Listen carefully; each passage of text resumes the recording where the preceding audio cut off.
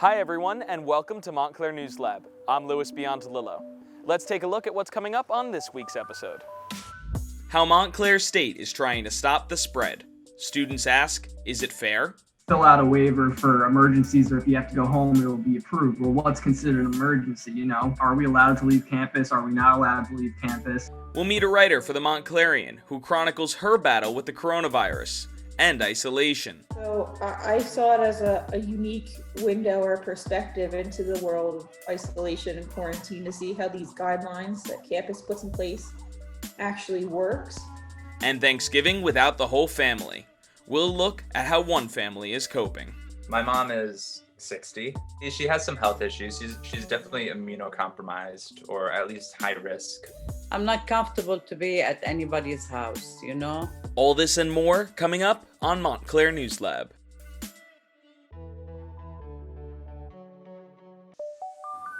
In an attempt to decrease COVID cases on campus, Montclair State is requiring that all students living here fill out a waiver to leave campus for any reason. Here's what I found. Montclair State students who live on campus can no longer leave the campus perimeter without explicit permission from the university. According to this email sent to residential students, the only exceptions to leave are for work, for clinical placements, for healthcare, or for emergencies. Charlie Filatico, a freshman living in Denalo Heights, is frustrated by this new policy. To me, it felt like a pretty thrown together response to something that probably should have had a better answer long ago. He has lots of questions. Fill out a waiver for emergencies, or if you have to go home, it will be approved. Well, what's considered an emergency? Are we allowed to leave campus? Are we not allowed to leave campus? Damian Fuchs, a sophomore resident, agrees. I feel like the school should do a better job at communicating these new rules, because I feel like sometimes these emails aren't enough because anyone could just scroll past it. They need to do more than just that. Montclair News Lab has been trying for the past week to interview a university official on camera. The residence life office said they were unable to speak with us. The University Health Center said that they were too busy to grant us an interview. So, we reached out to Montclair State's University Communications. They provided us with the following. Why did the university add these restrictions? According to the Center for Disease Control, the virus spreads easily in residential settings. What are the consequences if students break this policy? While students may be referred to the Office of Student Conduct, the university says the real consequence is someone you care about becoming very sick. Both the university and students are committed to battling COVID-19. Unlike other universities across New Jersey and the nation, which have seen large increases, the Montclair State numbers are still considered low. After Thanksgiving, all classes will be remote. The dorms will be open, however, most students are choosing to go back home. Our next story is about a student who contracted the virus. Because she's an editor at the Montclarian, she chose to use her platform to create a blog about the virus and isolation. My positive test result came back November 8th.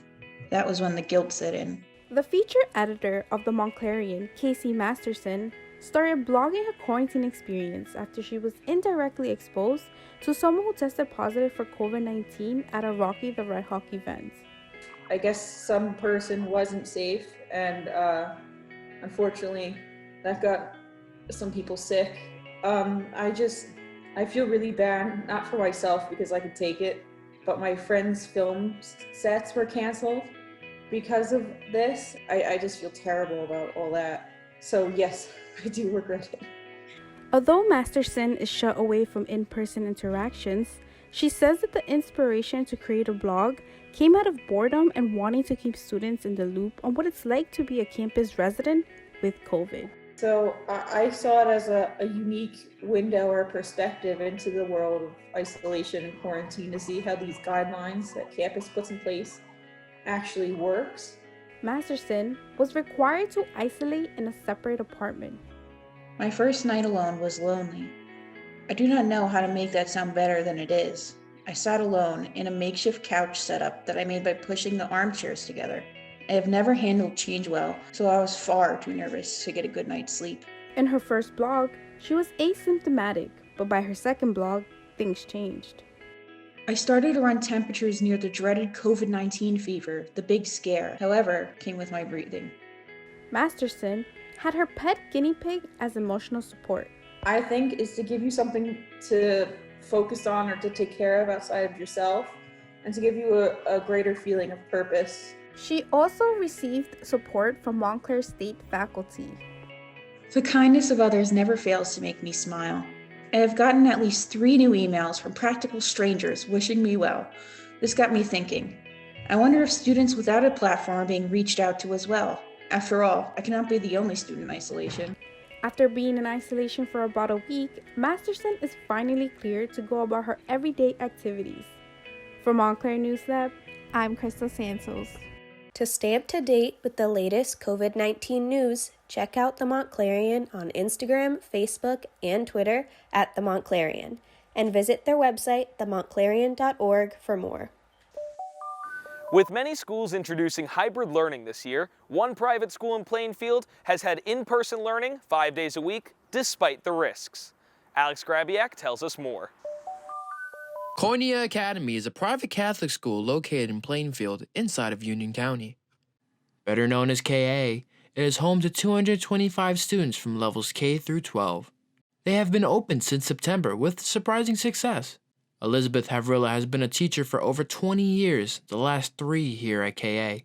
She never experienced anything like the ups and downs to get the school ready for in-class studies. It took until mid-August to say yes with different agreements that we made with the American Academy of Pediatrics and the CDC. It took all the way till then to get the permission to go. With 2020 being a difficult year for teachers across the globe, Ms. Havrilla sees the bigger picture. As a teacher, your heart kind of goes for where the children are at, because there's a big gap in their education right now and a big gap in their emotional state. It's going to affect their future. With Koinonia going full steam ahead with school, families will be impacted by this decision. Sarah Knob, a mother of 5 children who all attend Koinonia, has to trust the Academy's decision. After all, her kids were excited to return. I think it's all in like people's mindset too. Like if you're afraid as an adult and you make your children afraid, then they're gonna be afraid, right? They're gonna be afraid to go back if they need to go back. They'll be happy if they need to stay home and be sheltered. But we're just not really like that in this family. It's better because I think online schooling would just be like totally awful because you're not really with your friends. You just like really see their face, and I think it would just be bad. Even if the teachers, parents, and students are excited to get back to school, the reality is there's still a pandemic. Michaela Lang is the health officer here at KA. She admits that there have been some COVID cases in the academy, but feels that KA did a good job handling it. We did have 2 cases in October. They were relatively isolated, and thankfully everyone completed the protocols as they needed. And, currently right now the cases are rising in the area. I think that we really have set ourselves up that we can continue operating just about as normally as we should be. The school year may only be half over, but KA is confident it can handle what 2021 has in store. For Montclair News Lab, I'm Alex Grabiak. COVID-19 has turned many in-person events into virtual ones. But what about a swim meet? Reporter Jess Lipson from the Red Hawk Sports Network tells us more. All right, come on, Red Hawks, ready? 1, 2, 3, The first meet of the year at Panzer Pool would usually be filled with fans, parents, and other spectators cheering on the Red Hawks. However, the COVID-19 pandemic has forced this meet to be held virtually. Fans watched the event online, giving all teams involved home pool advantage. Each team ran their own events and shared timings to be compared after. Swimming and diving head coach Brian McLaughlin was pleased overall. I think we did very well. It was basically enjoy it and swim fast, and those things are not mutually exclusive. You can do both. I felt for our distance swimmers because we haven't been training that much. We're limited to 4 days a week for 90 minutes. So credit to the people on our team that swam those events. It was swimmers like Taylor Waddleton who competed in the 1,000 freestyle and the 500 freestyle, really relying on her teammates to push her. Honestly, it's kind of a blur. I don't really think that much. I mean, obviously, I'm like, okay, I have this many laps left, this many laps left. But for me, it's seeing my teammates, because my teammates mean the most to me, and seeing them gets me motivated. Events included relays, sprints, distance, and diving, just like any other competition. Teammates kept their voices high, making sure everyone remembered this was no inter-squad meet. Oh my God, it helped me so much because I feel like I wasn't going to stay motivated because nobody was next to me, and it's hard to think oh, there's no one next to me, so I can just go easy. But my teammates motivating me allowed me to, swim up faster and do the race. Sam Gullivan helped to keep the energy up all meet long, cheering on teammates from the side, in addition to keeping himself in that race mindset. Honestly, keeping a positive mindset throughout the meet and just keeping people hyped up as if it's normal time and dual meet season is the most important thing, and keeping that positive thought is very, very important. As a sprinter, it's tough, you got a short amount of distance in such a quick time. Personally, it's just keeping myself hyped up and excited because sprinting is an exciting event to watch, and it's such a quick event. So I think just keeping myself excited and hyped up was the main focus and just going for it. This meet wasn't about times or titles. It was about getting in the pool and swimming with your team.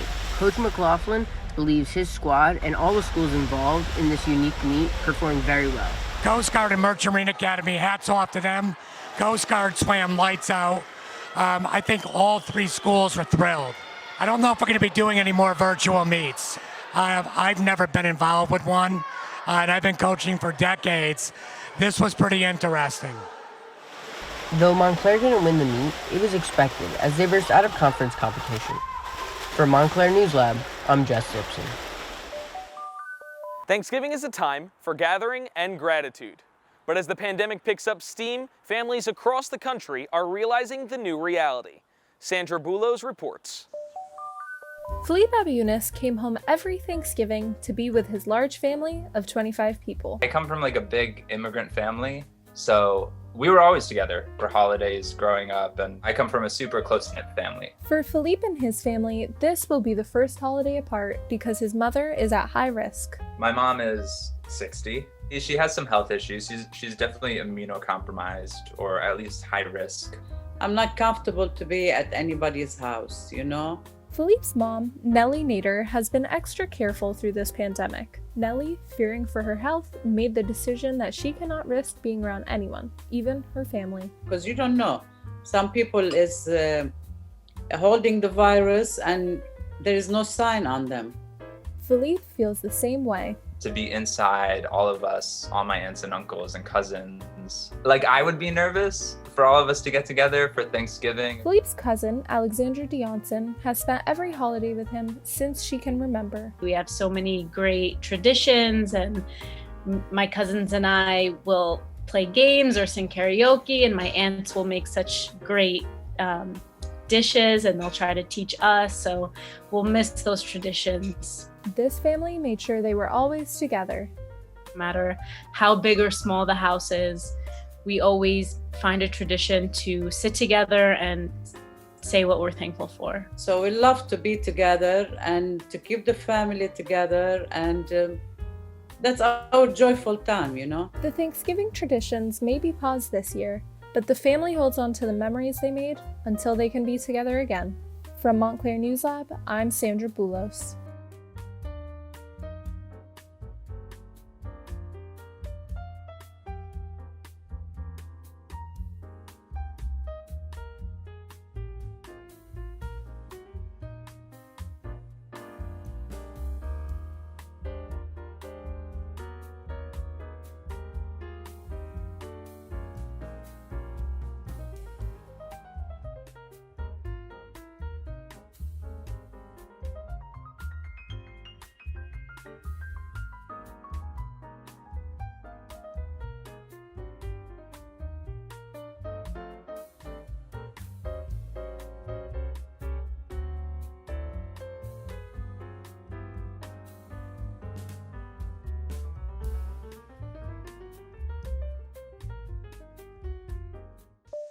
Follow us on social media on Instagram and Facebook at Montclair News Lab, on Twitter at MSU News Lab, and catch up with us on our website at montclairnewslab.tv for more.